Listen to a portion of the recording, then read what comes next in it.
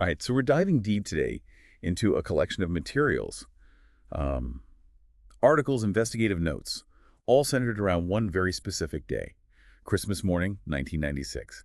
Picture this: Boulder, Colorado, a seemingly picture-perfect holiday scene, but as we know, it was shattered by a truly horrifying discovery, the death of 6-year-old JonBenét Ramsey. So today, let's try to peel back the layers of this mystery together. It's really the contrast that gets you right. It's jarring even now, all these years later. On one hand, you have this image, very carefully crafted, of JonBenét, this bright young girl, a star in the child beauty pageant world, living this seemingly idyllic, affluent life.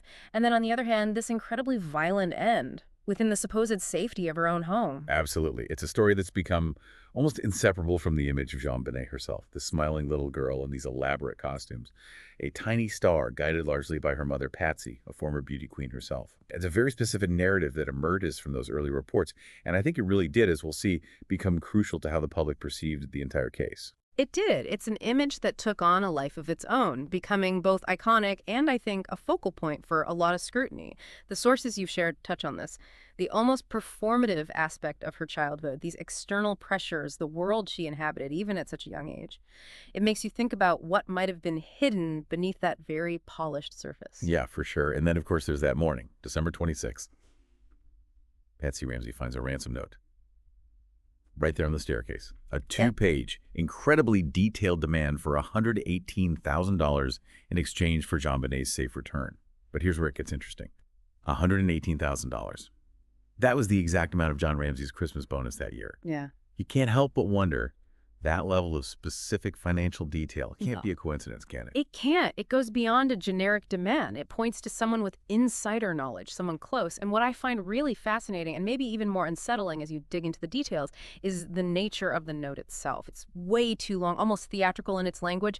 Not what you'd expect from a typical ransom note. Not at all. Not at all. And you have these strange pop culture references too. Dirty Harry, Speed even. It's almost as if whoever wrote this was playing a character, trying to be some sort of movie villain. And even though the note explicitly said not to call the police, Patsy, understandably panicked, calls 911 almost right away. That initial decision, and it's detailed pretty extensively in your sources, is crucial, really sets things in motion.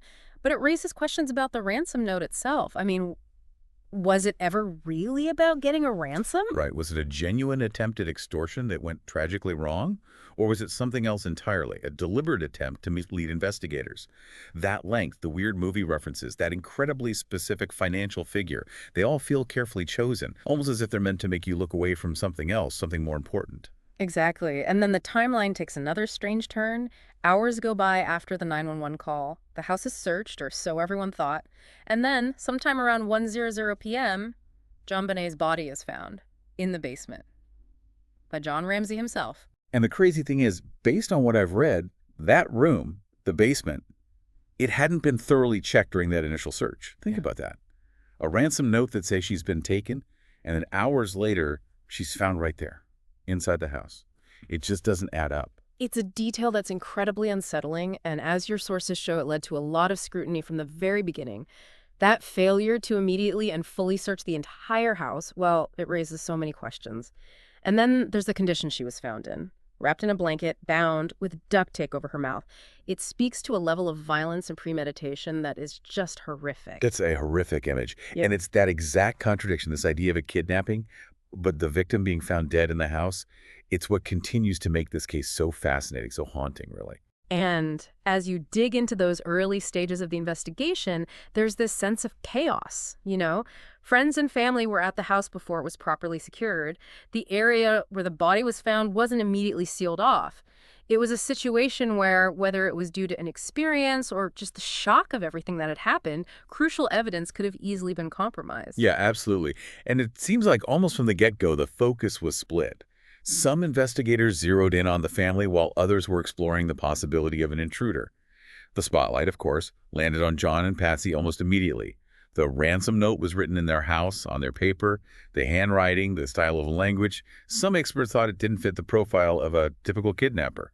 And then there was the whole debate about their behavior after JonBenét was found. Right, and that's always so tricky, right? Interpreting someone's behavior in those kinds of situations, it's incredibly subjective. But despite that, it played a huge role in shaping how the public saw the Ramseys. What's particularly interesting, I think, is how quickly suspicion turned towards the parents. I mean, you can understand it given the strange circumstances, the note, the body being found in the house. But suspicion isn't evidence, right? Just because the ransom note didn't fit the mold doesn't mean they were automatically guilty. And we can't forget about Burke, JonBenét's older brother. He was just 9 at the time. But his presence in the house that night, his interviews later, even his behavior, it's all been analyzed to death. There's this theory that maybe he was somehow involved, even unintentionally, and that the parents staged everything to protect him. It's a chilling theory, and your sources explore it quite a bit. But we need to remember that there's never been any solid evidence to back it up. It highlights how easy it is to jump to conclusions, especially in a case like this, without concrete proof. And throughout it all, the Ramseys maintained their innocence. They kept pointing to the possibility of an intruder. And if you look at what we have, there are pieces of evidence that seem to support that idea, like a shoe print near the body that didn't match anyone in the family, a broken basement window, though later they found out it had been broken for a while. And most importantly, there was that unidentified male DNA on JonBenét's clothing. That DNA, that's crucial, isn't it? It's real, tangible evidence suggesting there might have been someone else involved. The fact that the Boulder DA cleared the Ramseys in 2008, largely because of advances in DNA analysis, well, it was a huge turning point. But, like many people have pointed out, not everyone was convinced it was definitive proof that they were innocent. That DNA has never been linked to anyone. And that's the real mystery, isn't it? You have all these bits of evidence that seem to point in different directions, but nothing concrete enough to definitively say, this is what happened. It's a frustrating puzzle. And the media didn't help. You had this constant stream of information, speculation, often blown way out of proportion. The image of JonBenét in her pageant outfits became this symbol, sparking all sorts of discussions about child beauty pageants, about parents pushing their kids too far, about the loss of innocence, everything. Right, exactly. And then beyond the two big theories, family versus intruders, you have all these other possibilities that have come up over the years. Cover-ups, accidents that got out of control, even stalkers or obsessed fans. All of it just adds more layers to an already impossibly complicated case. Yeah, and what's striking is that none of these alternative theories have ever really gained much traction. They're mostly just speculation, which really underscores how much we still don't know. It's a case that has gripped so many of us, and it's found its way into documentaries, books, even fictionalized stories. It's become part of our collective awareness of unsolved mysteries. I think it reflects some of our deepest fears, the safety of our children, the idea that violence can erupt even in the places we consider safe. The JonBenét Ramsey case, it brings those fears to the surface and forces us to confront uncomfortable truths about appearances and reality. And for the Ramseys, the tragedy didn't end there. Patsy died in 2006, never knowing who killed her daughter. John has stayed mostly out of the public eye, but has occasionally spoken out, always searching for answers. And Burke, well, he's had to live with this cloud of suspicion over him, dealing with the unimaginable emotional toll. It's a reminder that these cases, they have real human consequences that stretch out over years, decades even. The grief never ends, the questions linger, and the public scrutiny never really goes away. So the question that remains is, will this ever be solved? The Boulder police have mentioned using new DNA technology. We've seen how forensic genealogy has cracked cold cases wide open. Maybe it holds the key to finally figuring out who that unknown DNA belongs to. Maybe. But even with these advances, time has passed. Evidence was mishandled early on. It's a complicated case, and those things matter. So after all of this, what are we left with? That bizarre, almost theatrical ransom note. This young girl found dead in her own home after a supposed kidnapping.